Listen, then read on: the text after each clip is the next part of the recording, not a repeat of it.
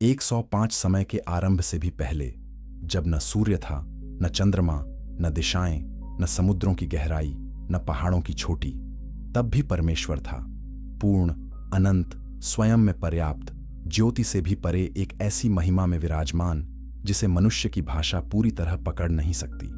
और उसी अनादि शांति में, जहां समय अभी जन्मा भी न था, एक रहस्य पहले से उपस्थित था।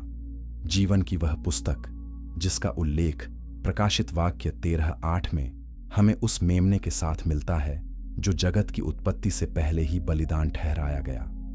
यह कोई कल्पना नहीं, कोई काव्यात्मक प्रतीक नहीं, बल्कि परम प्रधान की स्मृति, न्याय, दया और योजना का जीवित साक्ष्य है।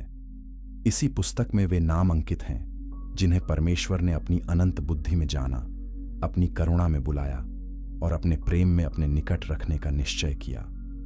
पर यह कथा केवल नामों की सूची की नहीं है, यह आंसुओं की, संघर्षों की, पश्चाताप की, पुकारों की और उस विश्वास की कथा है जो अंधकार के बीच भी बुझता नहीं।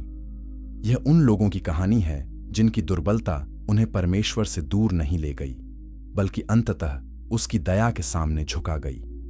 यह न्याय की भी कहानी है, क्योंकि वही पुस्तक जो आशा का द्वार खोलती है, अंतिम दिन विभाजन की रेखा भी बन जाती है। आज हम उसी दिव्य रहस्य की यात्रा पर चलेंगे, अनंतता की निस्तब्धता से लेकर सीनै के कांपते पर्वत तक, दाऊद की भीगी रातों से मलाकी के भ्रष्ट समय तक, प्रभु यीशु की वाणी से लेकर श्वेत सिंहासन के भयावह न्याय तक, और वहां से आगे उस नए यरूशलेम तक जहां केवल वे ही प्रवेश करेंगे जिनके नाम मेमने की जीवन पुस्तक में लिखे हैं। यह कथा केवल सुनने के लिए नहीं, आत्मा में उतरने के लिए है, क्योंकि अंत में प्रश्न संसार का नहीं होगा। प्रश्न यह होगा कि क्या स्वर्ग तुम्हारा नाम जानता है। चैप्टर 1, अनादि मौन में लिखे गए नाम। सृष्टि का इतिहास मनुष्य की दृष्टि में आदिकांड से आरंभ होता है, पर परमेश्वर की योजना आदिकांड 1:1 से भी पहले चल रही थी। जब पृथ्वी निराकार और सूनी थी, जब गहरे जल पर अंधकार छाया हुआ था, तब भी परमेश्वर किसी तात्कालिक प्रतिक्रिया में नहीं था। उसने संसार को घबराहट में नहीं बनाया, न पाप को देखकर उसने उद्धार की योजना बाद में गढ़ी।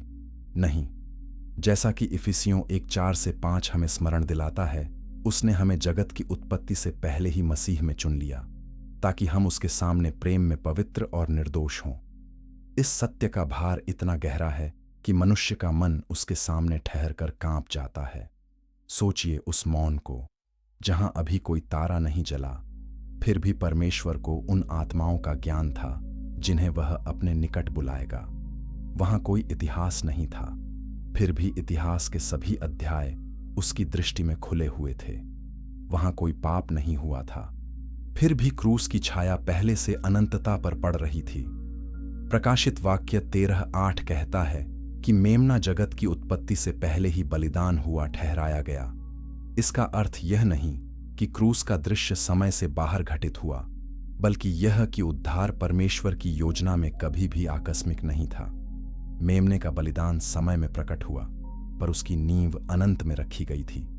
जीवन की पुस्तक इस दिव्य योजना का मौन साक्षी है। मनुष्य पृथ्वी पर अपने अभिलेख बनाता है, वंशावली, राज्यपत्र, इतिहास, कानून, पर परमेश्वर की पुस्तक उन सब से भिन्न है। उसमें केवल सूचना नहीं, उद्देश्य है। उसमें केवल पहचान नहीं, संबंध है। उसमें केवल किसी का अस्तित्व नहीं, उसका अनंत भाग्य भी प्रतिध्वनित होता है। यह पुस्तक उस परमेश्वर के हाथ में है जो अंत को आरंभ से बताता है और जिसके लिए कोई घटना आश्चर्य नहीं, लेकिन यह सत्य मनुष्य के गर्व को तोड़ता है। यदि नाम पहले से लिखे गए तो फिर कौन शेखी मार सकता है? कौन कह सकता है कि उसने अपने बल, अपने ज्ञान, अपनी धार्मिकता, अपनी तपस्या, अपने कर्मों से स्वर्ग का द्वार खोल लिया? रोमियो 8:29-30 में जब प्रेरित पौलुस कहता है कि जिन्हें उसने पहले से जाना उन्हें पहले से ठहराया, बुलाया, धर्मी ठहराया और महिमा भी दी, तब वह उद्धार को मनुष्य की उपलब्धि नहीं, परमेश्वर की पहल के रूप में सामने रखता है। यह एक ऐसी नदी है जो ऊपर से बहती है, मनुष्य नीचे खड़ा होकर उसे बना नहीं सकता, केवल उसमें प्रवेश कर सकता है। फिर भी इस रहस्य के सामने एक और रहस्य खड़ा होता है। यदि परमेश्वर पहले से जानता है तो मनुष्य की जिम्मेदारी कहाँ है? यदि नाम लिखे हैं तो पश्चाताप, विश्वास, दृढ़ता, प्रार्थना, इन सब का अर्थ क्या है? यही वह स्थान है जहां धर्मशास्त्र शुष्क विवाद नहीं, जीवित विस्मय बन जाता है। क्योंकि बाइबल दोनों सत्यों को साथ लेकर चलती है। परमेश्वर चुनता है और मनुष्य उत्तर देता है। परमेश्वर बुलाता है और मनुष्य सुनने या ठुकराने की स्थिति में खड़ा होता है। परमेश्वर अनुग्रह देता है और वही अनुग्रह मनुष्य को झुकना, रोना, लौटना और थामे रहना सिखाता है। अनादि मौन में लिखे गए नामों का अर्थ यह नहीं कि पृथ्वी पर जीवन एक नाटक मात्र है, बल्कि इसका अर्थ यह है कि इस पृथ्वी का हर पश्चाताप, हर आंसू, हर लौटना, हर विश्वास उस अनंत योजना में अपना स्थान रखता है। जब एक टूटा हुआ मनुष्य घुटनों पर गिरकर कहता है, हे प्रभु मुझ पर दया कर, तो वह आकाश के विरुद्ध जाकर कोई नया रास्ता नहीं बना रहा। वह उसी द्वार से भीतर आ रहा है जो उसके लिए पहले से खुला था। जीवन की पुस्तक हमें यह भी सिखाती है कि परमेश्वर स्मरण रखता है। मनुष्य भूल जाता है, पीढ़ियां बदलती हैं, साम्राज्य उठते और गिरते हैं, चेहरे मिट जाते हैं, समाधियों के लेख धुंधले पड़ जाते हैं, पर जो परमेश्वर के हैं वे उसकी स्मृति में कभी खोते नहीं। यशायाह 49:16 में वह कहता है, देख आई मैंने तुझे अपनी हथेलियों पर खोद रखा है। यदि यह सत्य उसकी प्रजा के लिए इतना अंतरंग है तो जीवन की पुस्तक उस प्रेम का और भी व्यापक रूप है। एक ऐसा दैवीय अभिलेख जहां स्वर्ग केवल नाम नहीं जानता बल्कि जिनका नाम है उन्हें जानता भी है। और यहीं से इस कथा का स्वर गंभीर हो जाता है, क्योंकि यदि स्वर्ग में एक पुस्तक है तो यह संसार केवल क्षणभंगुर मंच नहीं रह जाता। तब हर जीवन अर्थपूर्ण हो उठता है। तब विश्वास एक सांस्कृतिक पहचान नहीं, एक अनंत निर्णय बन जाता है। तब प्रश्न केवल यह नहीं रह जाता कि मनुष्य कौन है, बल्कि यह बन जाता है कि वह परमेश्वर के सामने कौन है। इस प्रथम अध्याय की शांति में, जहां समय अभी पूरी तरह खुला भी नहीं, एक पवित्र भय जन्म लेता है कि कहीं ऐसा ना हो कि हम संसार की भीड़ में अपना नाम सुनते रहें, पर स्वर्ग की पुस्तक में वह पाया ही न जाए। और फिर भी इस भय के भीतर आशा का एक उज्ज्वल दीप जलता है। यदि पुस्तक परमेश्वर की है तो उद्धार भी अंततः मनुष्य की नश्वर पकड़ पर नहीं टिका। यदि उसने नाम लिखे हैं तो वह अपने लोगों को केवल बुलाता ही नहीं, संभालता भी है। यही कारण है कि अनंतता का यह रहस्य केवल आतंक नहीं, सांत्वना भी है। यह हमें बताता है कि जिनकी कहानी संसार में टूटती हुई लगती है वे भी परमेश्वर की पुस्तक में संपूर्ण देखे जाते हैं। जिनके दिन धरती पर संघर्ष से भरे हैं उनका अंत स्वर्ग की स्मृति में सुरक्षित है। लेकिन यह पुस्तक केवल पहले से लिखे नामों का शांत रहस्य नहीं। आगे चलकर हम देखेंगे कि पाप, पश्चाताप, निष्ठा, धोखा, आंसू और न्याय सब इसके संदर्भ में बोलते हैं।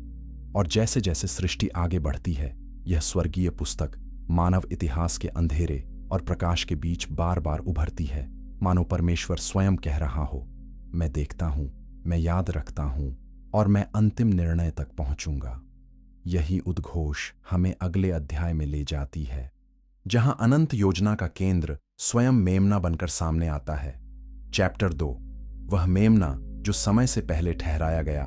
यदि जीवन की पुस्तक अनंत योजना का अभिलेख है तो उसका हृदय कौन है? उत्तर स्पष्ट है, मेमना।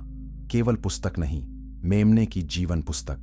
यह वाक्य अपने भीतर वह सुसमाचार समेटे हुए है जिसके बिना न चुनाव समझ में आता है, न उद्धार, न न्याय, न महिमा।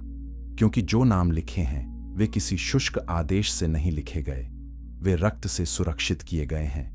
और यह रक्त इतिहास के भीतर गोलगोथा पर बहा, पर उसका निश्चय अनंतता में हुआ। मेमना, यह शब्द यहूदियों के लिए अपरिचित नहीं था।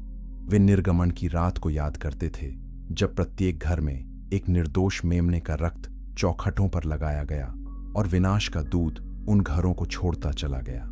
वे मंदिर की वेदियों को जानते थे, जहां बलिदान के पशु मनुष्य के पाप की गंभीरता की ओर संकेत करते थे। वे यशायाह 53 का वह शोकमय वैभव जानते थे, जहां दुख उठाने वाला सेवक वध किए जाने वाले मेमने के समान बताया गया। पर जब यूहन्ना बपतिस्मा देने वाला यरदन के किनारे यीशु को देखकर पुकार उठा, देखो, यह परमेश्वर का मेमना है जो जगत का पाप उठा ले जाता है, तब सदियों के प्रतीक एक जीवित व्यक्ति में आकर खड़े हो गए। जीवन की पुस्तक में नाम लिखे जाने का अर्थ केवल इतना नहीं कि परमेश्वर ने कुछ लोगों को चुना। इसका अर्थ यह भी है कि वह अपने न्याय के साथ विश्वासघात किए बिना उन्हें बचाने का उपाय कर चुका था। परमेश्वर प्रेम है, पर वही परमेश्वर पवित्र भी है। वह दया करता है, पर पाप को हल्के में नहीं लेता। यदि मनुष्य दोषी है तो क्षमा केवल भावना नहीं हो सकती, उसके लिए कीमत चुकानी होगी। और यही कारण है कि पुस्तक का स्वामी न्यायाधीश होने के साथ साथ उद्धारकर्ता भी है। कल्पना कीजिए स्वर्गीय दरबार की उस गरिमा को, जहां मनुष्य का कोई तर्क नहीं ठहरता, कोई आत्म प्रशंसा नहीं चलती, कोई धार्मिक आवरण पर्याप्त नहीं पड़ता। उस न्याय के सामने यदि कोई नाम सुरक्षित खड़ा है तो इसीलिए नहीं कि वह व्यक्ति त्रुटिहीन था, बल्कि इसलिए कि मेमने का बलिदान उसके लिए पर्याप्त पाया गया। इसीलिए प्रकाशित वाक्य की भाषा हमें केवल पुस्तक की ओर नहीं, मेमने की ओर मोड़ती है, क्योंकि पुस्तक में लिखा हुआ भाग्य मेमने के लहू से अलग नहीं समझा जा सकता। यहां एक और गहरा सत्य सामने आता है। जो लोग सोचते हैं कि उद्धार केवल मनुष्य के निर्णय का परिणाम है, वे इस बात को भूल जाते हैं कि मनुष्य का हृदय अपने आप परमेश्वर की ओर नहीं भागता। जैसा कि यूहन्ना 6:44 में यीशु कहता है, जब तक पिता किसी को न खींचे कोई मेरे पास नहीं आ सकता। पर इसका अर्थ यह नहीं कि मनुष्य लकड़ी के पुतले हैं। इसका अर्थ यह है कि गिरा हुआ मनुष्य तभी सचमुच उत्तर देता है जब अनुग्रह उसके भीतर जीवन जगाता है। मसीह के बिना चुनाव भयावह बन जाता, पर मसीह के साथ चुनाव दया का स्तुति गान बन जाता है। मेमने की पूर्व नियोजित बलिदान योजना यह भी प्रकट करती है कि परमेश्वर की दृष्टि मनुष्य के पाप से गहरी है। वह केवल उस बुराई को नहीं देखता जो घटित होगी, वह उस महिमा को भी देखता है जो उद्धार के द्वारा प्रकट होगी। क्रूस परमेश्वर की आपातकालीन मरम्मत नहीं है, वह उसके स्वभाव का प्रकाशन है। वहां न्याय और दया मिलते हैं। वहां पवित्रता और प्रेम एक दूसरे का विरोध नहीं करते, बल्कि एक ही दिव्य इच्छा शक्ति में चमकते हैं। और यही कारण है कि जीवन की पुस्तक केवल भाग्य का लेखा नहीं, प्रेम का दस्तावेज भी है। जो नाम उसमें हैं, वे अनंत करुणा की कहानी में दर्ज हैं। यदि कभी कोई विश्वासी यह सोचकर कांपे कि उसका अतीत बहुत अंधकारमय था, उसका मन बहुत डगमगाया, उसकी प्रार्थनाएं बहुत टूटती रहीं, तो उसे मेमने की ओर देखना चाहिए। पुस्तक का आश्वासन मनुष्य की स्थिरता से नहीं, मेमने की पर्याप्तता से उपजता है। फिर भी यह पर्याप्तता कभी भी सस्ती नहीं होती। आज के युग में बहुत लोग कृपा को ऐसा शब्द बना देते हैं जिसका अर्थ केवल यह है कि कुछ भी करो, अंत में सब ठीक हो जाएगा। पर क्रूस कहता है, नहीं, यदि क्षमा की कीमत परमेश्वर के पुत्र का रक्त है तो पाप कोई हल्की बात नहीं। यदि स्वर्ग में नाम लिखवाने का मार्ग इतना महंगा है तो फिर वह मार्ग श्रद्धा, विनम्रता और समर्पण मांगता है। यह मेमना केवल बचाता ही नहीं, वह अपने लोगों को बदलता भी है। प्रेरित पौलुस जब कहता है कि विश्वास भी परमेश्वर का दान है, तब वह मनुष्य को निष्क्रिय बनाने के लिए नहीं कहता, बल्कि उसे घमंड से खाली करने के लिए कहता है। जो मसीह में आता है वह यह जानकर आता है कि यदि प्रभु ने उसे न जगाया होता तो वह अंधकार में पड़ा रहता। और जब वह यह जान लेता है तब उसका उद्धार केवल निजी सुरक्षा का विषय नहीं रह जाता, वह आराधना बन जाता है। तब वह कहता है, मैं बचा क्योंकि वह मेमना मेरे लिए पर्याप्त हुआ। जीवन की पुस्तक के रहस्य में मेमने की उपस्थिति हमें एक और गहरी दिशा में ले जाती है। यह पुस्तक उस व्यक्ति के अधीन है जो स्वयं अपने लोगों को जानता है। मसीह केवल न्यायालय का प्रतिनिधि नहीं, वह चरवाहा है। यूहन्ना 10 में वह कहता है कि वह अपनी भेड़ों को नाम लेकर बुलाता है। क्या ही आश्चर्यजनक बात है, स्वर्गीय पुस्तक में नाम अंकित हैं और वही उद्धारकर्ता उन नामों को पुकार भी सकता है। यह केवल प्रशासनिक संबंध नहीं, अंतरंगता है। जीवन की पुस्तक हमें बताती है कि परमेश्वर अपने लोगों को पहचानता है। मसीह हमें बताता है कि वह उन्हें व्यक्तिगत रूप से जानता है। इस अध्याय के अंत में हमें यह समझ लेना चाहिए कि पुस्तक को मेमने से अलग करके नहीं पढ़ा जा सकता। यदि हम केवल चुनाव पर रुक जाते हैं तो हृदय कठोर या भ्रमित हो सकता है। यदि हम केवल मानवीय निर्णय पर रुक जाते हैं आज तो आत्मा घमंडी या भयभीत हो सकती है। पर जब हम देखते हैं कि सब कुछ मेमने में केंद्रित है, चुनाव, बलिदान, क्षमा, पहचान, प्रवेश, अनंत जीवन, तब सत्य संतुलन में आ जाता है। और फिर एक नया प्रश्न उठता है, यदि नाम अनंत में लिखे गए तो इतिहास में वे कैसे प्रकट होते हैं? मनुष्य के पाप, उसकी बगावत, उसकी मध्यस्थता और उसकी वापसी, इन सब के बीच यह पुस्तक कैसी दिखाई देती है? इस प्रश्न का उत्तर हमें सीनै के नीचे एक टूटे हुए राष्ट्र और एक रोते हुए मध्यस्थ के बीच मिलेगा। चैप्टर 3, सीनै की आग और मिटाए जाने का भय। रेगिस्तान की उस कठोर भूमि पर जहां दिन का सूर्य धरती को झुलसा देता था और रात की ठंड हड्डियों में उतर जाती थी, इस्राएल ने परमेश्वर की महिमा देखी थी। उन्होंने मिस्र की गुलामी से छुटकारा पाया था। उन्होंने लाल समुद्र को 2 भागों में बंटते देखा था। उन्होंने आकाश से मन्ना पाया, चट्टान से जल बहते देखा और सीनै पर्वत को धुएं, बिजली और गर्जन में कांपते अनुभव किया। पर मनुष्य का हृदय चमत्कारों से स्थायी रूप से नहीं बदलता। बहुत बार वह वही मांगता है जो आंखों को छू सके, भले ही वह आत्मा को नष्ट कर दे। जब मूसा पर्वत पर परमेश्वर की उपस्थिति में था, नीचे लोगों ने अधीर होकर हारून से कहा कि हमारे लिए देवता बना जो हमारे आगे आगे चले। फिर सोने का बछड़ा बना और उस समुदाय ने, जिसने अभी अभी समुद्र के पार उद्धार का गीत गाया था, अब अपनी ही कारीगरी के सामने नाचना शुरू कर दिया। यह दृश्य केवल मूर्ति पूजा का नहीं, विस्मृति का दृश्य था। मनुष्य कितनी शीघ्रता से उद्धार की स्मृति खो देता है और बदले में ऐसा देवता चुन लेता है जिसे वह नियंत्रित कर सके। निर्गमन 32 हमें इस संकट के बीच जीवन की पुस्तक की पहली कांपती हुई प्रतिध्वनियों में से एक तक ले जाता है। जब परमेश्वर ने मूसा से कहा कि यह लोग भ्रष्ट हो गए हैं, तब मध्यस्थ मूसा टूटा, झुका, विनती करने लगा। उसने अपने लोगों के पाप को हल्का नहीं कहा, उसने उसे खुली आंखों से देखा। और फिर उसने वह शब्द कहे जिनमें प्रेम, भय और मध्यस्थता की चरम तीव्रता समाई हुई थी। यदि तू उनका पाप क्षमा करे, नहीं तो उस पुस्तक में से जो तूने लिखी है मेरा नाम मिटा दे। कितनी भयावह और पवित्र बात है यह। मूसा जानता था कि परमेश्वर के पास एक ऐसी पुस्तक है जिसमें नाम लिखे जाते हैं और उससे मिटा दिया जाना केवल सामाजिक अपमान नहीं, आध्यात्मिक विनाश का संकेत था। उसने अपने लोगों की ओर से स्वयं को पेश कर दिया। यहां हमें मसीह की एक धुंधली पर गहरी छाया दिखाई देती है। मूसा लोगों के लिए मिटाए जाने को तैयार था, पर वह उन्हें पूर्णतः बचा नहीं सकता था। उसका प्रेम महान था, पर उसका बलिदान पर्याप्त नहीं होता। फिर भी उसका यह रोदन हमें सिखाता है कि जीवन की पुस्तक का विषय केवल शांत चुनाव नहीं, यह मध्यस्थता, उत्तरदायित्व और न्याय का भी विषय है। परमेश्वर का उत्तर अत्यंत गंभीर था। जिसने मेरे विरुद्ध पाप किया है उसी का नाम मैं अपनी पुस्तक में से मिटाऊंगा। इस उत्तर में 2 बातें एक साथ खड़ी हैं। पहली, परमेश्वर की पुस्तक वास्तविक है। दूसरी, पाप के प्रति उसका न्याय वास्तविक है। यह वह बिंदु है जहां आसान धार्मिक भाषण टूट जाते हैं। यहां कृपा सस्ती नहीं रहती और सुरक्षा आलस्य का बहाना नहीं बनती। यदि बाइबल मिटाए जाने की भाषा बोलती है तो हमें उसे सुनना चाहिए।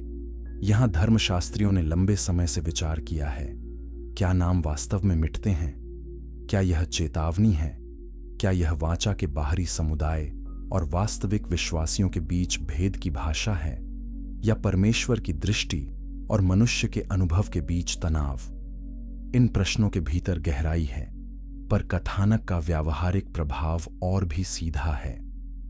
पवित्र शास्त्र हमें यह नहीं सिखाता कि उद्धार को हल्के में लो। वह हमें यह सिखाता है कि भय और कांपते हुए अपनी मुक्ति का कार्य पूरा करो, जैसा कि फिलिप्पियों 2:12 में प्रेरित पौलुस कहता है। मूसा की प्रार्थना इस बात को भी प्रकट करती है कि एक सच्चा चरवाहा लोगों के पाप के कारण क्रोध से दूर नहीं खड़ा रहता। वह उनके लिए रोता है, वह उनके साथ न्याय की दरार में खड़ा होता है, वह परमेश्वर की दया की याचना करता है, और फिर भी वह पाप को धर्मी ठहराने का प्रयास नहीं करता। यही सच्ची मध्यस्थता है, न कठोर निष्ठुरता, न ढीली भावुकता, बल्कि पवित्र प्रेम। सोने के बछड़े का प्रसंग हमें एक और बात सिखाता है। जिन लोगों ने बाहरी रूप से वाचा में भाग लिया, वे भी भीतर से बगावत में हो सकते हैं। वे भीड़ का हिस्सा हो सकते हैं, पर पुस्तक के नहीं। वे परमेश्वर के लोगों के बीच चल सकते हैं, फिर भी उनका हृदय किसी और देवता की ओर झुका हो सकता है।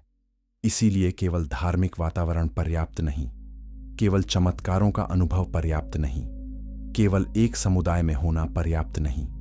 स्वर्ग की पुस्तक में नाम होना उससे कहीं गहरी बात है। और फिर भी इस कठोर दृश्य के बीच दया की चमक भी है। इस्राएल पूर्णतः नष्ट नहीं किया गया। वाचा की कहानी आगे बढ़ी। इसका अर्थ यह नहीं कि परमेश्वर ने पाप को अनदेखा कर दिया। इसका अर्थ यह है कि न्याय और दया उसके हाथ में साथ साथ चलती रही। वही ईश्वर जिसने कहा कि पापी का नाम मिटेगा, वही ईश्वर अपनी योजना में अपने लोगों को बनाए भी रखता है। इस तनाव के बिना बाइबल की कथा न समझी जा सकती है, न जीवन की पुस्तक का रहस्य। मूसा की थकी हुई आत्मा, सीनै की राख, टूटे हुए पट्ट और बिखरे हुए लोगों के बीच एक प्रश्न हवा में रह जाता है। यदि नाम मिटाए जा सकते हैं तो कौन ठहरेगा? यदि लोगों का हृदय इतना शीघ्र भटकता है औस तो कौन अंत तक विश्वास योग्य रहेगा? यह प्रश्न केवल इस्राएल का नहीं, हर युग के हर विश्वासी का प्रश्न है।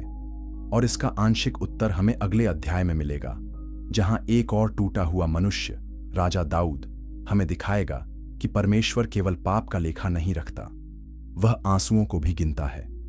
चैप्टर 4। दाऊद के आंसू और लिखे हुए दिन। यरूशलेम की गलियों में दाऊद का नाम वैभव, युद्ध, वीणा और राज्य के साथ जुड़ा था। उसने गोलियत को गिराया, शाऊल के क्रोध से बचा, गुफाओं में छिपा और अंततः सिंहासन पाया। वह कवि था, योद्धा था, राजा था, पर इन सभी उपाधियों के नीचे वह एक ऐसा मनुष्य भी था जिसकी रातें भय, अपराध बोध, पश्चाताप और परमेश्वर की खोज से भरी थीं। यदि जीवन की पुस्तक केवल सिद्ध लोगों के लिए होती तो दाऊद की कहानी आशाहीन हो जाती। पर पवित्र शास्त्र हमें एक अलग दृश्य दिखाता है, ऐसा परमेश्वर जो आंसुओं की भी गिनती रखता है।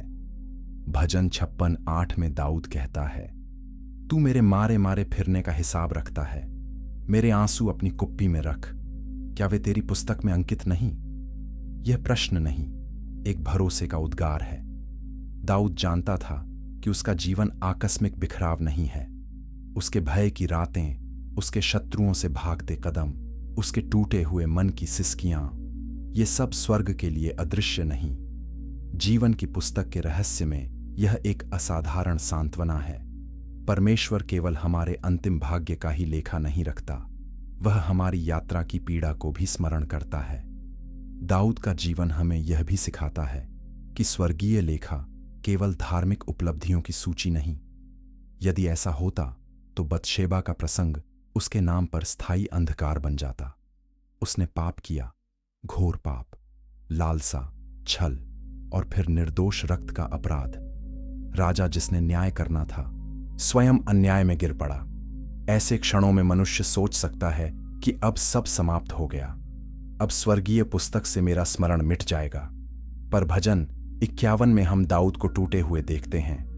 हे परमेश्वर, मुझ में शुद्ध मन उत्पन्न कर। यह पश्चाताप अभिनय नहीं, यह अंदर तक चूर हो चुके मनुष्य की पुकार है। यहीं जीवन की पुस्तक का चरित्र और स्पष्ट होता है। परमेश्वर का लेखा न्यायपूर्ण है, पर वह पश्चाताप से लौटने वालों के लिए बंद नहीं। वह दोष देखता है, पर वह लौटते हुए हृदय को तुच्छ नहीं जानता। भजन 51 की राख से उठता हुआ दाऊद हमें बताता है कि पवित्रता केवल न गिरने में नहीं, गिरकर लौट आने में भी प्रकट होती है। परमेश्वर टूटे और पछतावे से भरे मन को तुच्छ नहीं जानता। और यदि दाऊद के आंसू उसकी पुस्तक में अंकित हैं, तो यह केवल दुख की कवितामय छवि नहीं, यह दया का गवाह है। भजन 139:16 में दाऊद एक और रहस्य की ओर इशारा करता है। तेरी आंखों ने मेरे गर्भ में पड़ते ही मुझे देख लिया, और मेरे सब अंग तेरी पुस्तक में लिखे गए, और उनके बनने का क्रम भी, जब उनमें से एक भी न बना था। यहां पुस्तक केवल उद्धार या न्याय की नहीं, अस्तित्व की भी पुस्तक बनकर सामने आती है। परमेश्वर केवल अंत नहीं जानता, वह आरंभ भी जानता है। हमारे बनने से पहले, हमारे चलने से पहले, हमारे संघर्षों के शुरू होने से पहले वह हमारे दिनों को जानता था। दाऊद की कथा इस सत्य को भावुकता से नहीं, वास्तविकता से भर देती है, क्योंकि उसके दिन केवल जय और विजय के दिन नहीं थे। वे दोष, विद्रोह, परिवार की टूटन, पुत्र अबशालोम की बगावत, अपमान और बुढ़ापे की थकान से भी भरे थे। फिर भी इन सब के बीच वह बार बार प्रभु की ओर मुड़ा, कभी ऊंचे विश्वास के साथ, कभी टूटी हुई कराह के साथ, कभी गीत में, कभी मौन में। यही मनुष्य जीवन की पुस्तक के लिए महत्वपूर्ण है, संपूर्णता का ढोंग नहीं, ओ परमेश्वर की ओर लौटती हुई आत्मा। दाऊद के आंसू हमें यह भी सिखाते हैं कि परमेश्वर की पुस्तक में हमारी कहानी के वे अध्याय भी जगह पाते हैं जिन्हें संसार कमजोरी समझता है। संसार विजेताओं को याद रखता है, पर परमेश्वर रोने वालों को भी स्मरण करता है। संसार ताज को देखता है, परमेश्वर तकिए को भिगोने वाले आंसू को। संसार भाषण सुनता है, परमेश्वर आधी रात की कराह को। यदि यह सत्य न होता तो कितने विश्वासी अपने छिपे हुए दर्द में निराश हो जाते। पर दाऊद की गवाही कहती है, तुम्हारी पीड़ा स्वर्ग के लिए मौन नहीं है। और फिर भी सांत्वना के बीच एक गंभीर बात बनी रहती है। दाऊद ने पाप के परिणाम भी भोगे, क्षमा ने परिणामों को जादुई रूप से समाप्त नहीं किया। उसके घर में तलवार रही, उसकी आत्मा ने शांति की जगह लंबे समय तक कड़वे फल चखे। यह हमें याद दिलाता है कि परमेश्वर की दया वास्तविक है, पर वह हमें पाप के साथ खेलने की अनुमति नहीं देती। जीवन की पुस्तक में दर्ज होना अनुशासन से मुक्त होना नहीं, बल्कि कभी कभी परमेश्वर अपने प्रियजनों को और अधिक कठोरता से सुधारता है, क्योंकि वह उन्हें खोना नहीं चाहता। दाऊद की विरासत यह भी है कि उसने अपने जीवन के अंधकार को गीतों में बदल दिया। उसके भजन केवल निजी भावनाएं नहीं, वे पीढ़ियों के लिए मार्ग बन गए। इससे एक और अद्भुत विचार जन्म लेता है। शायद जीवन की पुस्तक में केवल यह नहीं कि हमने क्या सहा, बल्कि यह भी कि हमारी निष्ठा, हमारी पुकार और हमारी टूटी हुई आराधना ने दूसरों के लिए कैसा प्रकाश उत्पन्न किया।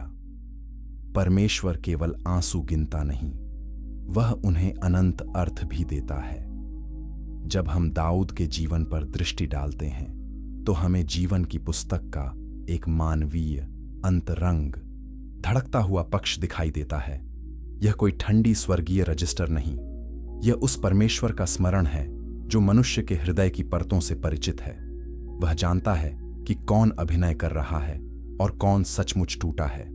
वह जानता है कि कौन बाहरी भक्ति में जीवित लगता है और भीतर से मर रहा है, और कौन बाहर से दुर्बल है पर भीतर से उसी की ओर पकड़ बनाए हुए है। दाऊद की रातें हमें मलाकी के दिनों की ओर ले जाती हैं, जहां पूरे समाज में अधर्म बढ़ गया था, और फिर भी कुछ लोग थे जो प्रभु का भय मानते थे। जब बहुमत भ्रष्ट हो जाए, तब क्या परमेश्वर अपने अल्पशेष को पहचानता है? क्या वह मौन भीड़ में उन थोड़े से विश्वासियों को देखता है जो अब भी कांपते हुए उसका नाम लेते हैं? अगले अध्याय में हम इसी प्रश्न का उत्तर सुनेंगे, एक स्मरण पुस्तक के रूप में। चैप्टर 5, भ्रष्ट समय में स्मरण की पुस्तक। मलाकी का समय बाहरी धार्मिकता और भीतरी शिथिलता का समय था। मंदिर था, विधियां थीं, पुरोहित थे, दया बलिदान थे, पर हृदय कहीं और बहक गए थे। लोग कहते थे कि परमेश्वर की सेवा व्यर्थ है। अन्यायी फलते फूलते दिखाई देते थे, धर्मी थक गए थे। यह वह युग था जब विश्वास की ज्वाला सार्वजनिक वैभव से नहीं, छोटे छोटे ईमानदार हृदयों में टिमटिमा रही थी। और ऐसे अंधकार में जब किसी को लग सकता था कि स्वर्ग अब कुछ नहीं देखता, मलाकी 3:16 एक प्रकाश की तरह प्रकट होता है। तब यहोवा का भय मानने वाले आपस में बातें करते थे और यहोवा ध्यान धर कर सुनता था। और उसके सामने एक स्मरण पुस्तक लिखी गई उन लोगों के लिए जो यहोवा का भय मानते और उसके नाम का आदर करते थे। कितना कोमल और कितना महान दृश्य है यह। भीड़ की आवाजें ऊंची थीं, पर स्वर्ग ने कुछ धीमी आवाजों पर ध्यान लगाया। समाज में असत्य बढ़ गया था, पर परमेश्वर ने उन लोगों की बातचीत सुनी जो उसके नाम का आदर करते थे। मनुष्य सोच सकता है कि केवल बड़े कार्यों का महत्व है, राज्य, क्रांतियां, विशाल सभाएं, चमत्कार, ऊंचे मंच। पर मलाकी बताता है कि कभी कभी स्वर्ग उन छोटी बातों को भी अनंत मूल्य देता है जिन्हें पृथ्वी तुच्छ समझती है। 2 थके हुए विश्वासियों की वह वार्ता जिसमें वे टूटती दुनिया के बीच प्रभु को थामे रहते हैं। स्मरण पुस्तक की यह भाषा जीवन की पुस्तक से अलग नहीं, बल्कि उसी रहस्य की एक और परत है। इसका अर्थ है कि परमेश्वर अपने शेष जन को कभी भूलता नहीं। जब सत्य अल्पसंख्यक बन जाए, जब भक्ति का मजाक उड़ाया जाए, जब अधर्म लाभदायक दिखाई दे, तब भी स्वर्ग में एक लेखा चल रहा होता है। यह लेखा सांसारिक सफलताओं का नहीं, हृदय की निष्ठा का है। मलाकी के युग में समस्या यह नहीं थी कि लोग परमेश्वर का नाम जानते नहीं थे। समस्या यह थी कि वे उसे हल्के में लेने लगे थे। वे उपासना करते थे, पर आदर खो चुके थे। वे वेदी के पास जाते थे, पर अपने जीवन में सत्य निष्ठा नहीं रखते थे। यह बाहरी धर्म का वह जाल है जिसमें हर युग गिर सकता है। मनुष्य मान लेता है कि धार्मिक पहचान ही पर्याप्त है, पर स्मरण पुस्तक का दृश्य दिखाता है कि परमेश्वर उन लोगों को देखता है जो सचमुच उसका भय मानते हैं, अर्थात जो उसे केवल उपयोगी नहीं, पवित्र मानते हैं। यहां भय दासत्व की दहशत नहीं, श्रद्धा की गहराई है। यह वह भावना है जिसमें आत्मा जानती है कि वह एक ऐसे परमेश्वर के सामने खड़ी है जो प्रेमी भी है और भस्म करने वाली आग भी। यही भय लोगों को गंभीर बनाता है। यही भय उन्हें भ्रष्ट संस्कृति के बीच अलग जीवन जीने की शक्ति देता है। यही भय उन्हें यह कहने से रोकता है कि सब चल जाएगा, और यही भय उन्हें स्वर्ग में स्मरणीय बनाता है। मलाकी 3:17 में प्रभु कहता है, वे मेरे होंगे उस दिन जब मैं अपनी निज संपत्ति को इकट्ठा करूंगा। इस घोषणा में जीवन की पुस्तक की प्रतिध्वनि फिर सुनाई देती है। परमेश्वर अपने लोगों को केवल भीड़ का भाग नहीं मानता, वह उन्हें अपनी निज संपत्ति कहता है। कितनी आश्चर्यजनक बात है। जो संसार में कमजोर, उपहासित, उपेक्षित या प्रभावहीन लगते हैं, वे स्वर्ग की दृष्टि में उसका खजाना हो सकते हैं। यह अध्याय हमारे समय के लिए भी अत्यंत प्रासंगिक है। हर पीढ़ी को एक न एक रूप में मलाकी के दिनों का सामना करना पड़ता है। लोग पूछते हैं, ईमानदारी का लाभ क्या? पवित्रता की कीमत क्यों? प्रार्थना का परिणाम कहां? क्यों दुष्ट सफल हैं? क्यों नम्र लोग टूटते हैं? और ऐसे प्रश्नों के बीच स्वर्ग का उत्तर हमेशा तात्कालिक दृश्य नहीं देता। वह कभी कभी केवल इतना कहता है, मैं सुन रहा हूं, मैं लिख रहा हूं, मैं स्मरण रखता हूं। और विश्वास वही है जो इस उत्तर को पर्याप्त मानकर बना रहे। स्मरण पुस्तक का यह विचार एक और गहरी राहत देता है। बहुत बार परमेश्वर के लोगों का जीवन सार्वजनिक रिकॉर्ड में चमकता नहीं। उनके नाम इतिहास की पुस्तकों में नहीं आते। उन्होंने सेनाओं का नेतृत्व नहीं किया, महान भवन नहीं बनाए, असाधारण चमत्कार नहीं किए, पर उन्होंने कठिन समय में सत्य को नहीं छोड़ा। उन्होंने अपने बच्चों को परमेश्वर का भय सिखाया। उन्होंने छिपे हुए कष्टों में विश्वास बनाए रखा।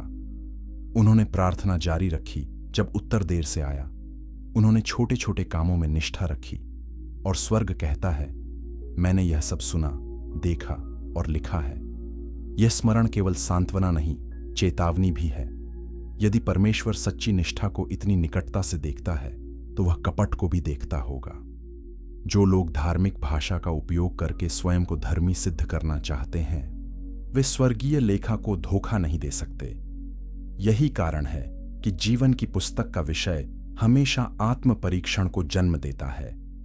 क्या मैं केवल बाहरी समुदाय का हिस्सा हूं या मैं वास्तव में उसका भय मानता हूं? मलाकी के अंधेरे दिनों में जो थोड़े से लोग एक दूसरे से प्रभु के विषय में बातें करते थे, वे हमें आने वाले युग की झलक देते हैं।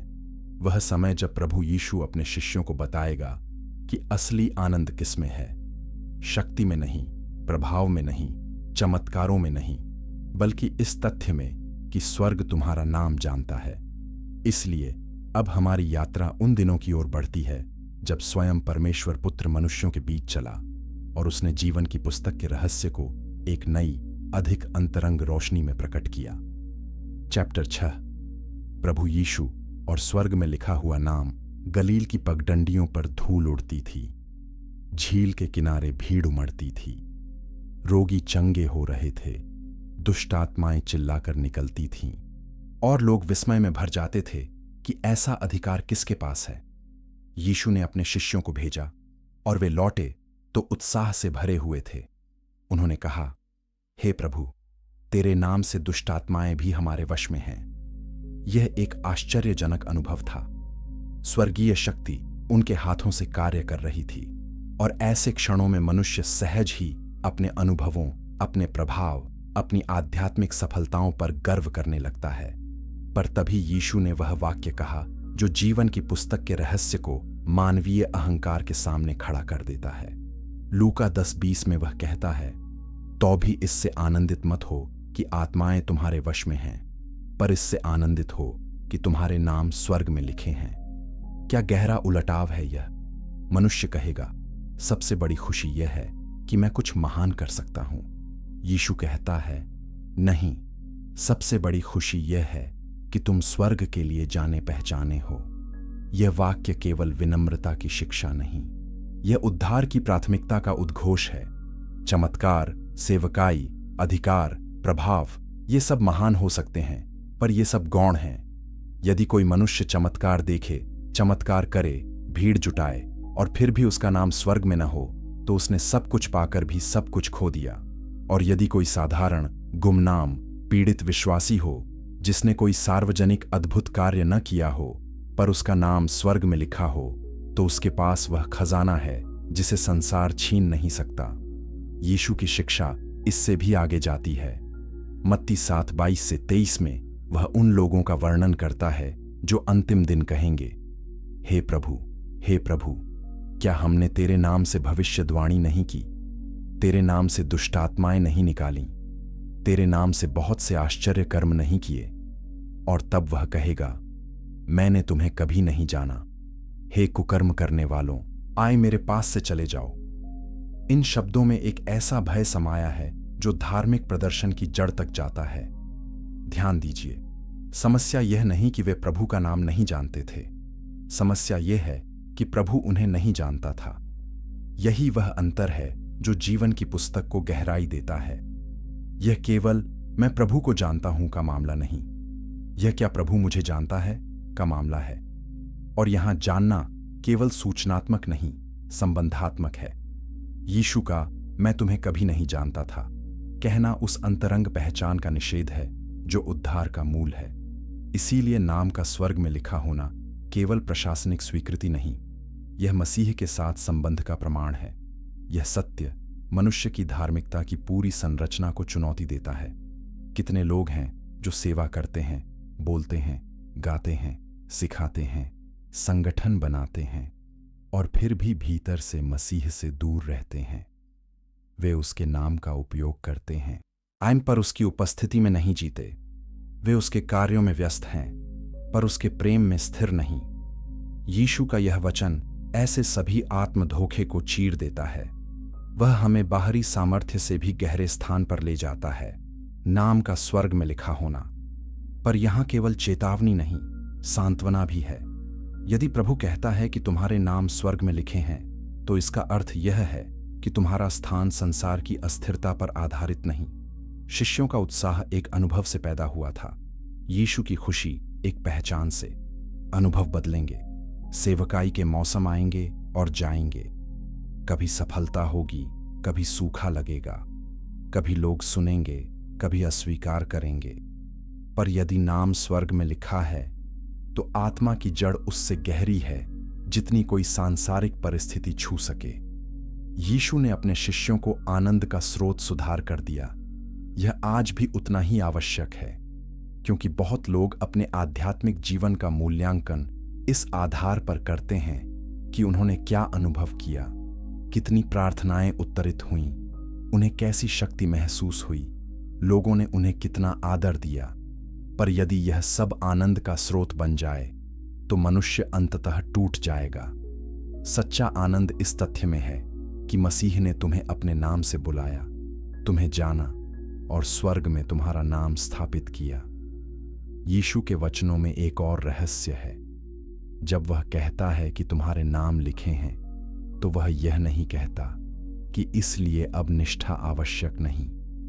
उसके सारे उपदेश, सारी दृष्टांत कथाएं, सारी चेतावनियां सब यही दिखाती हैं कि सच्चा शिष्य वह है जो बना रहता है, जो अंत तक धीरज धरेगा, वही उद्धार पाएगा। यह शिक्षा शिष्यत्व के बीच बार बार गूंजती है। इसीलिए जीवन की पुस्तक की सांत्वना आलस्य की नहीं, दृढ़ता की सांत्वना है। यह हमें उन्मुक्त नहीं, जागृत बनाती है। यीशु का चरित्र ही इस रहस्य का उत्तर है। वह ऐसा प्रभु नहीं जो केवल नाम दर्ज करे और दूर चला जाए। वह खोजने वाला चरवाहा है, खोए हुए को बुलाने वाला है, रोते हुए यरूशलेम पर विलाप करने वाला है, क्रूस पर अपने हत्यारों के लिए भी प्रार्थना करने वाला है। यदि उसके हाथ में जीवन की पुस्तक है, तो इसका अर्थ है कि स्वर्ग की अंतिम पहचान प्रेम रहित सत्ता के हाथ में नहीं, उस उद्धारकर्ता के हाथ में है जिसने अपने प्राण दिए।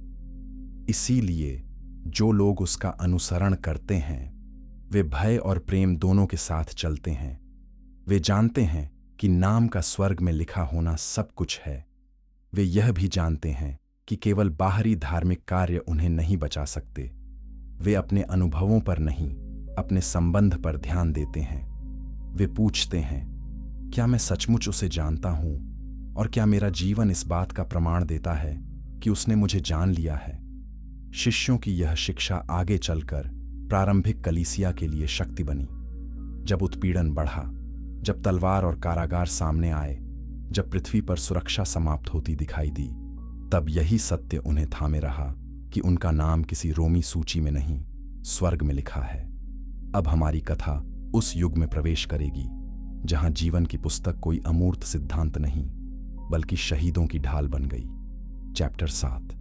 सताई हुई कलीसिया और अमिट आशा। प्रारंभिक कलीसिया का जन्म आग और वचन के बीच हुआ था।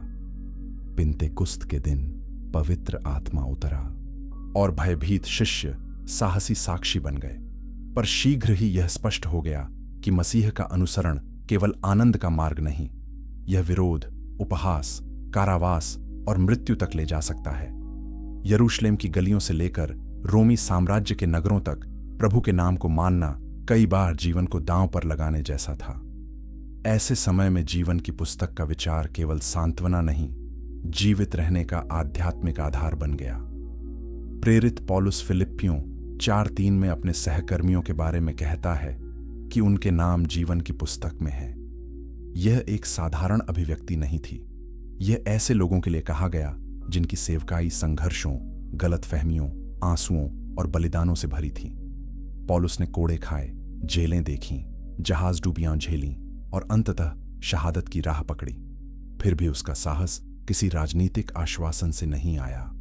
वह जानता था कि उसके जीवन का अंतिम अभिलेख रोम के हाथ में नहीं, परमेश्वर के हाथ में है।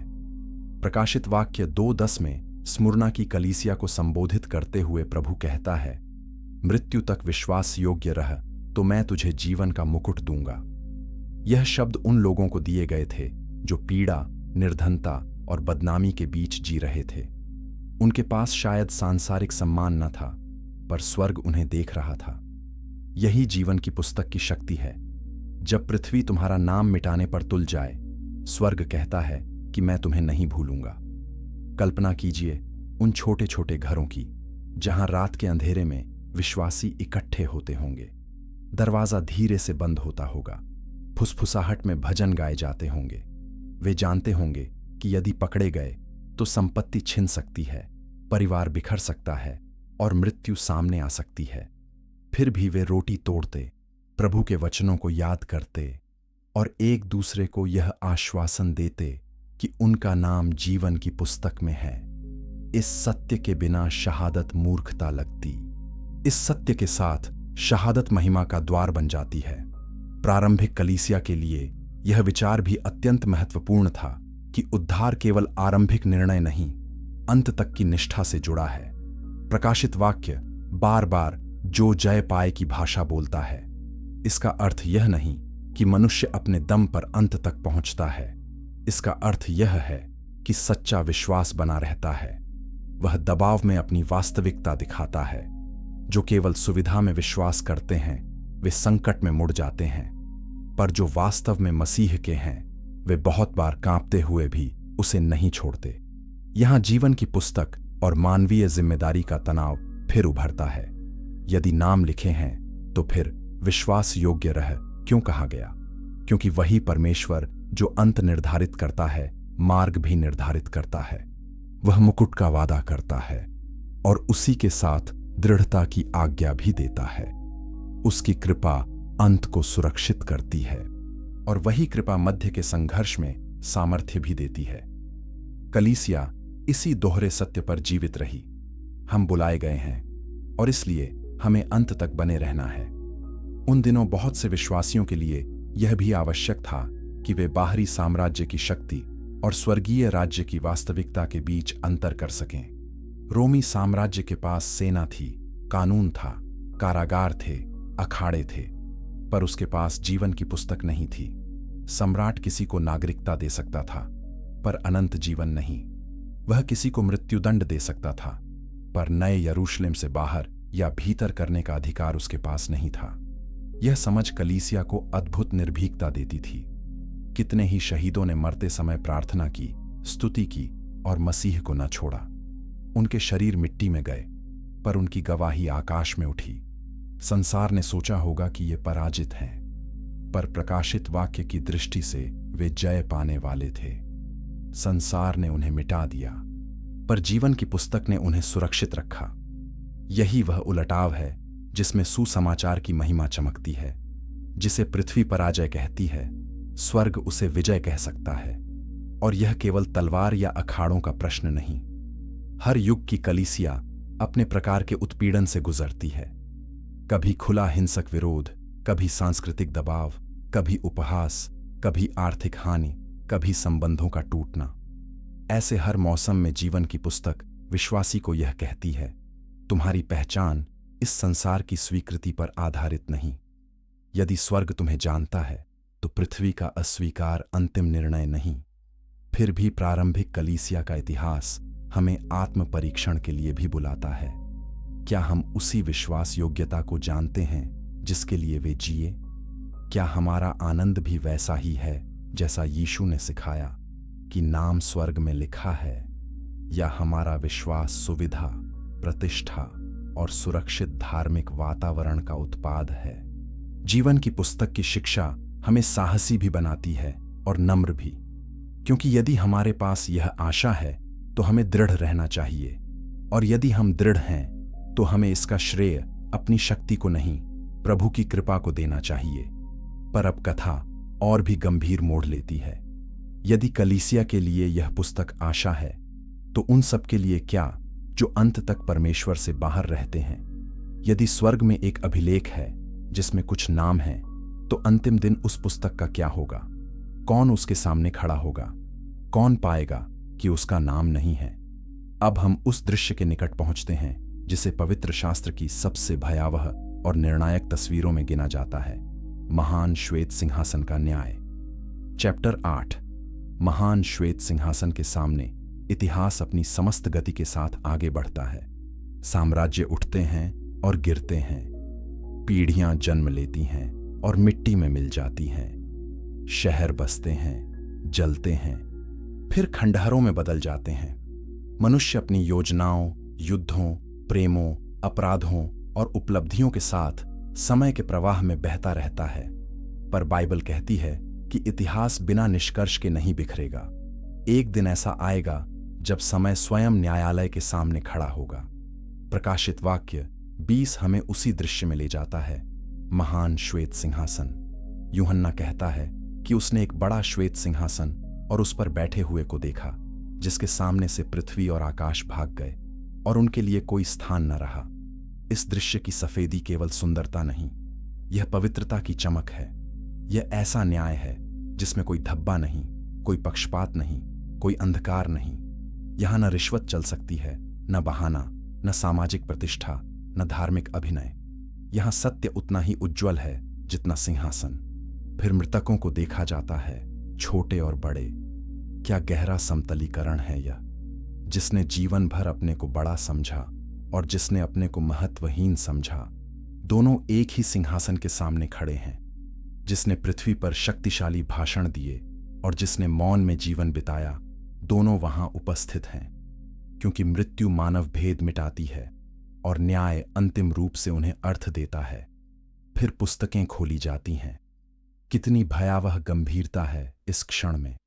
पुस्तकें अर्थात कर्मों का लेखा, जीवन का प्रमाण, हर छिपी बात का अभिलेख। मनुष्य कितनी चीजें छिपा लेता है।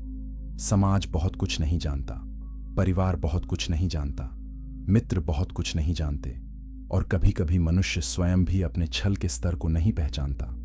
पर उस दिन पुस्तकें खुलेंगी। जो कुछ कहा गया, चाहा गया, किया गया, उपेक्षित किया गया, सब परमेश्वर के न्याय में प्रासंगिक हो उठेगा। और फिर एक और पुस्तक खोली जाती है, जीवन की पुस्तक। यही वह क्षण है जब पूरी बाइबल की यह लंबी प्रतिध्वनि अपने अंतिम और निर्णायक अर्थ में सामने आती है। कर्मों की पुस्तकें न्याय की सत्यता प्रकट करती हैं। वो जीवन की पुस्तक अंतिम भाग्य का निर्धारण करती है। प्रकाशित वाक्य 20:15 कहता है कि जो कोई जीवन की पुस्तक में लिखा हुआ न मिला, वह आग की झील में डाला गया। यह वचन किसी रूपकात्मक नरमी में घुला हुआ नहीं है। यह अनंत पृथक्करण की भयावह सच्चाई बोलता है। आज का मनुष्य न्याय के बारे में सुनना पसंद नहीं करता। वह प्रेम चाहता है, स्वीकृति चाहता है, आश्वासन चाहता है। पर यदि न्याय की बात उठे तो उसका मन हट जाता है। फिर भी न्याय के बिना प्रेम भी अंततः अर्थहीन हो जाता है। यदि पाप का कोई अंतिम हिसाब नहीं, यदि अत्याचार का कोई निर्णायक उत्तर नहीं, यदि विद्रोह और पवित्रता का अंत एक समान हो, तो ब्रह्मांड नैतिक रूप से रिक्त हो जाता है। पर बाइबल कहती है कि ऐसा नहीं होगा। परमेश्वर न्याय करेगा और उसका न्याय पूर्ण होगा। महान श्वेत सिंहासन के सामने जीवन की पुस्तक की उपस्थिति हमें यह भी दिखाती है कि कर्मों का लेखा पर्याप्त नहीं। यदि उद्धार केवल कर्मों पर आधारित होता तो कौन ठहरता? कौन कह सकता है कि उसने परमेश्वर को अपने संपूर्ण मन, प्राण, बुद्धि और शक्ति से प्रेम किया? कौन कह सकता है कि उसने अपने पड़ोसी से सदा अपने समान प्रेम किया? कर्मों की पुस्तक मनुष्य की दोषी दशा को उजागर करती है। जीवन की पुस्तक बताती है कि कौन मेमने के द्वारा स्वीकार किया गया है। यहां मनुष्य का सारा आत्मनिर्मित धर्म ढह जाता है। जो सोचते थे कि थोड़ी नैतिकता, थोड़ी दानशीलता, थोड़ी धार्मिकता, थोड़ी आध्यात्मिक भाषा, थोड़ी सामाजिक अच्छाई पर्याप्त होगी, वे देखेंगे कि पवित्र परमेश्वर के सामने यह सब कितना अपर्याप्त है। यदि नाम जीवन की पुस्तक में नहीं, तो बाहरी सदाचार आत्मा को बचा नहीं सकता, और यदि नाम उसमें है तो वह मेमने की कृपा का परिणाम है, न मनुष्य की कमाई का। इस दृश्य में एक और पीड़ा भी है, वह आत्मबोध। जब कोई समझे कि उसने जीवन भर महत्वपूर्ण चीजों के पीछे दौड़ लगाई, पर सबसे महत्वपूर्ण बात को टालता रहा। उसने अपना नाम संसार में बनाने की चेष्टा की, पर स्वर्ग में अपना नाम होने की खोज न की। उसने घर, धन, प्रतिष्ठा, वाद विवाद, विचारधाराएं, सुख, महत्वाकांक्षा, सबके लिए परिश्रम किया, पर परमेश्वर के सामने अपनी आत्मा के प्रश्न को स्थगित करता रहा। और फिर उस अंतिम दिन स्थगन समाप्त हो जाएगा।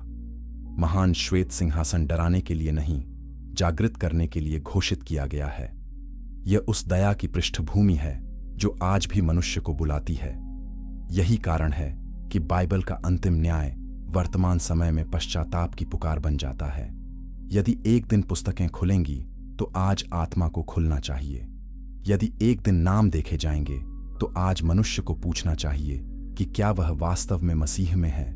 और फिर भी इस भयावह दृश्य के भीतर उन लोगों के लिए अद्भुत शांति है जिनका नाम जीवन की पुस्तक में पाया जाता है, क्योंकि वही न्याय जो दूसरों के लिए आतंक है उनके लिए अंतिम सत्यापन बन जाता है।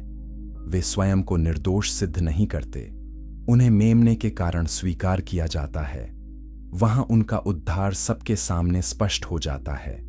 वे जानते हैं कि उनकी आशा भ्रम नहीं थी। उन्होंने जिस कृपा पर भरोसा किया वह अंतिम दिन भी पर्याप्त सिद्ध हुई। अब प्रश्न उठता है, जिनका नाम पाया गया उनका अंत क्या है? क्या वे केवल दंड से बचते हैं या उनके लिए कोई नई दुनिया, नया नगर, नया निवास भी है? प्रकाशित वाक्य की कथा भय पर समाप्त नहीं होती। न्याय के बाद महिमा है, श्वेत सिंहासन के बाद नया आकाश और नई पृथ्वी है, और उसी में हमारे सामने प्रकट होता है वह नगर जिसके द्वारों से होकर केवल वही प्रवेश करेंगे जिनके नाम मेमने की पुस्तक में लिखे हैं। चैप्टर 9, नया यरूशलेम और प्रवेश का रहस्य। यदि महान श्वेत सिंहासन पवित्र भय का दृश्य है तो नया यरूशलेम पवित्र लालसा का दृश्य है। प्रकाशित वाक्य 21 में यूहन्ना कहता है कि उसने नया आकाश और नई पृथ्वी देखी, क्योंकि पहला आकाश और पहली पृथ्वी जाती रही थी, और उसने पवित्र नगर नया यरूशलेम परमेश्वर के पास से स्वर्ग से उतरते देखा, मानो अपने पति के लिए सजी हुई दुल्हन। यह नगर केवल स्थान नहीं, यह परमेश्वर और उसके लोगों के अंतिम मिलन की महिमा है। कितनी अद्भुत बात है कि बाइबल की अंतिम आशा एक शहर की भाषा में आती है। मनुष्य शहर बनाता है, पर उसके शहर अन्याय, शोर, संघर्ष, अकेलेपन और टूटन से भरे रहते हैं। लेकिन नया यरूशलेम अलग है। यह ईंटों, दीवारों और मार्गों का मात्र स्थापत्य नहीं, यह परमेश्वर की उपस्थिति से धड़कता हुआ जीवन है। वहां वह महान वाणी सुनाई देती है, देख, परमेश्वर का डेरा मनुष्यों के बीच में है। यही मानव इतिहास की अंतिम पूर्ति है। एदन में जो निकटता खो गई थी, आज वह यहां पूर्ण रूप में लौटती है। इस नगर का वर्णन प्रतीकों से भरा है। स्वच्छ सोना, मोती के फाटक, बहुमूल्य पत्थरों की नींव, जीवन की नदी, जीवन का वृक्ष, ये सब केवल वैभव की सजावट नहीं, वे पवित्रता, सुंदरता, पूर्णता और जीवन की अविनाशी परिपूर्णता को व्यक्त करते हैं। वहां सूर्य या चंद्रमा की आवश्यकता नहीं, क्योंकि परमेश्वर की महिमा उसे प्रकाशित करती है और मेमना उसका दीपक है। यह कितनी गहरी बात है। जिस मेमने का बलिदान आरंभ से योजना का केंद्र था, वही अंत में उस नगर का प्रकाश बन जाता है। पर इस महिमा के बीच एक पंक्ति है जो जीवन की पुस्तक के रहस्य को अंतिम स्पष्टता देती है। प्रकाशित वाक्य 21:27 में कहा गया है कि उसमें कोई अशुद्ध वस्तु, न घृणित काम करने वाला, न झूठा प्रवेश करेगा, केवल वे ही जिनके नाम मेमने की जीवन पुस्तक में लिखे हैं। यहां प्रवेश का रहस्य स्पष्ट हो जाता है। नया यरूशलेम उपलब्धि का पुरस्कार नहीं, अनुग्रह से प्राप्त उत्तराधिकार है। वहां प्रवेश सांस्कृतिक पहचान से नहीं, धार्मिक दावा से नहीं, बाहरी नैतिकता से नहीं, बल्कि मेमने से जुड़े हुए नाम से है। यह वचन हमें फिर गंभीर बनाता है, क्योंकि बहुत लोग स्वर्ग की कल्पना तो करते हैं, पर यह नहीं समझते कि स्वर्ग परमेश्वर की पवित्र उपस्थिति का क्षेत्र है। यदि मनुष्य अपनी अशुद्धता से प्रेम करता रहे, अपने झूठ से चिपका रहे, अपने विद्रोह को पकड़े रहे, तो वह ऐसा नगर चाहेगा भी नहीं जहां सत्य और पवित्रता पूर्ण रूप से राज्य करते हैं। नया यरूशलेम केवल पुरस्कार नहीं, यह हृदय के अंतिम अभिमुखीकरण का भी प्रकटीकरण है। जो यहां परमेश्वर के साथ चलना नहीं चाहता, वह वहां भी उसके प्रकाश में आनंद नहीं ले पाएगा। और फिर भी यह नगर अपराध बोध से दबे हुए विश्वासी के लिए असीम सांत्वना है, क्योंकि उस शहर में प्रवेश वे पाएंगे जिनके नाम लिखे हैं। वे लोग जो धरती पर संघर्ष करते रहे, जिन्होंने आंसू बहाए, जिन्होंने गिरकर पश्चाताप किया, जिन्होंने विरोध झेला, जिन्होंने कभी कभी अपने ही हृदय की कमजोरी से लड़ाई लड़ी। नया यरूशलेम सिद्ध प्रतीत होने वालों का शहर नहीं, यह मेमने से धोए गए लोगों का शहर है। वहां मृत्यु नहीं होगी। सोचिए, यह घोषणा कितनी विशाल है। मानव इतिहास की हर पीढ़ी मृत्यु की छाया में जीती आई है। हर प्रेम में विदाई का भय, हर शरीर में क्षय की प्रक्रिया, हर नगर में श्मशान की नीरवता, हर परिवार में किसी खोए हुए की स्मृति। पर नया यरूशलेम कहता है, अब मृत्यु नहीं, न शोक, न विलाप, न पीड़ा। पुरानी बातें जाती रहीं। यह कोई सस्ती सांत्वना नहीं, यह उस परमेश्वर का वादा है जिसने क्रूस और पुनरुत्थान के द्वारा मृत्यु की शक्ति को निर्णायक रूप से चुनौती दी। नया यरूशलेम यह भी दिखाता है कि उद्धार केवल आत्मा की अमूर्त सुरक्षा नहीं, समग्र पुनर्स्थापन है। बाइबल की आशा किसी अनंत धुंध में विलीन हो जाने की नहीं, यह एक नई सृष्टि की आशा है जहां न्याय, सुंदरता, संबंध, आराधना और जीवन अपनी पूर्णता में होंगे। इसीलिए जीवन की पुस्तक केवल नरक से बचने की सूची नहीं, यह नए सृजन के नागरिकों का अभिलेख है। इस नगर की दीवारें सुरक्षा का संकेत हैं, पर उसके फाटक बंद नहीं, क्योंकि वहां कोई खतरा नहीं। वहां राष्ट्रों की महिमा लाई जाती है, मानो इतिहास में जो कुछ शुद्ध और सत्य था वह वहां परमेश्वर की महिमा के अधीन अपनी सही जगह पाता है। पर सब कुछ एक शर्त के अधीन है, नाम मेमने की पुस्तक में हो। यह नगर पवित्र है और उसका प्रवेश भी पवित्र है। जब विश्वासी नया यरूशलेम सोचते हैं तो वे केवल आराम की जगह नहीं सोचते, वे उस घर को सोचते हैं जहां अंततः परमेश्वर के साथ बिना किसी बाधा के रहना होगा। वहां विश्वास दृष्टि बन जाएगा, वहां प्रार्थना प्रत्यक्ष संगति में बदल जाएगी, वहां आंसू की स्मृति होगी पर आंसू नहीं होंगे, वहां युद्धों की कहानी होगी पर युद्ध नहीं होंगे, वहां उद्धार का गीत होगा, अन पर पाप नहीं होगा। नया यरूशलेम की यह झलक हमारे भीतर भूख जगाती है। यदि ऐसा नगर हमारा उत्तराधिकार है तो पृथ्वी की चमक फीकी पड़ती है। फिर भी यह भूख पलायनवादी नहीं, यह हमें और अधिक पवित्र और अधिक जागृत और अधिक निष्ठावान बनाती है, क्योंकि हम जानते हैं कि हमारा अंतिम घर ऐसा है जहां कुछ भी अपवित्र प्रवेश नहीं करेगा। इसीलिए आज का जीवन भी उस आने वाले शहर की गवाही बनना चाहिए। लेकिन यह प्रश्न फिर भी शेष है, यदि प्रवेश इतना महिमामय और निर्णायक है तो मनुष्य को अभी क्या करना चाहिए? क्या वह केवल चुनाव के रहस्य पर बहस करे? क्या वह केवल भय में बैठा रहे? नहीं, अब हमारी कथा उस गहरे संगम पर आती है जहां दिव्य सार्वभौमिकता और मानवीय उत्तरदायित्व एक साथ खड़े हैं। क्योंकि पुस्तक का रहस्य जितना अनंत में है उतना ही हमारे आज के निर्णयों में भी गूंजता है। चैप्टर 10, चुनाव और उत्तरदायित्व का रहस्य। धर्मशास्त्र के सबसे कठिन और सबसे आवश्यक प्रश्नों में से एक यही है, यदि परमेश्वर पहले से जानता और चुनता है तो मनुष्य को उत्तर क्यों देना चाहिए? यदि जीवन की पुस्तक जगत की उत्पत्ति से पहले स्थापित है तो पश्चाताप, विश्वास, आज्ञाकारिता, धैर्य और सतर्कता की आज्ञाएं क्यों दी गईं? बहुतों ने इस तनाव को मिटाने की कोशिश की है। कुछ ने परमेश्वर की सार्वभौमिकता को इतना बड़ा कर दिया कि मनुष्य की जिम्मेदारी लगभग समाप्त हो गई। कुछ ने मनुष्य की स्वतंत्रता को इतना ऊंचा उठा दिया कि परमेश्वर का अनंत उद्देश्य धुंधला पड़ गया। पर पवित्र शास्त्र इन दोनों को काटकर अलग नहीं करता, वह दोनों को साथ रखता है। यूहन्ना 6:37 में यीशु कहता है, जो कुछ पिता मुझे देता है वह सब मेरे पास आएगा। यही नहीं, कुछ ही पदों बाद वह कहता है कि कोई मेरे पास नहीं आ सकता जब तक पिता उसे न खींचे। यहां दिव्य पहल स्पष्ट है, यदि परमेश्वर न खींचे तो मनुष्य अपने पाप, अपने अंधकार, अपनी आत्म केंद्रितता में पड़ा रहेगा। रोमियो 3 की भाषा में कोई अपने आप परमेश्वर को खोजता नहीं, इसीलिए हर सच्चा विश्वास अंततः कृपा का चमत्कार है। पर उसी बाइबल में रोमियो 10 में पौलुस इस्राएल के लिए तड़पता है। वह प्रार्थना करता है कि वे उद्धार पाएं। वह प्रचार करता है, समझाता है, पुकारता है। यदि सब कुछ ऐसे ही यांत्रिक रूप से घटित होना है कि मनुष्य का उत्तर अर्थहीन हो जाए तो यह तड़प, यह प्रचार, यह पुकार किस लिए? और 2 पतरस 1:10 में हमें कहा जाता है कि अपने बुलाए जाने और चुने जाने को पक्का करने का यत्न करो। यह स्पष्ट करता है कि चुनाव की शिक्षा आत्मिक आलस्य के लिए नहीं दी गई। यह दृढ़ता और आत्म परीक्षण के लिए दी गई। यही जीवन की पुस्तक का रहस्य पवित्र भय और महान आशा दोनों उत्पन्न करता है। एक ओर विश्वासी जानता है कि यदि वह मसीह में है तो उसका उद्धार केवल उसके कमजोर हाथों पर नहीं टिका। दूसरी ओर वह जानता है कि सच्चा विश्वास अपने फल दिखाता है।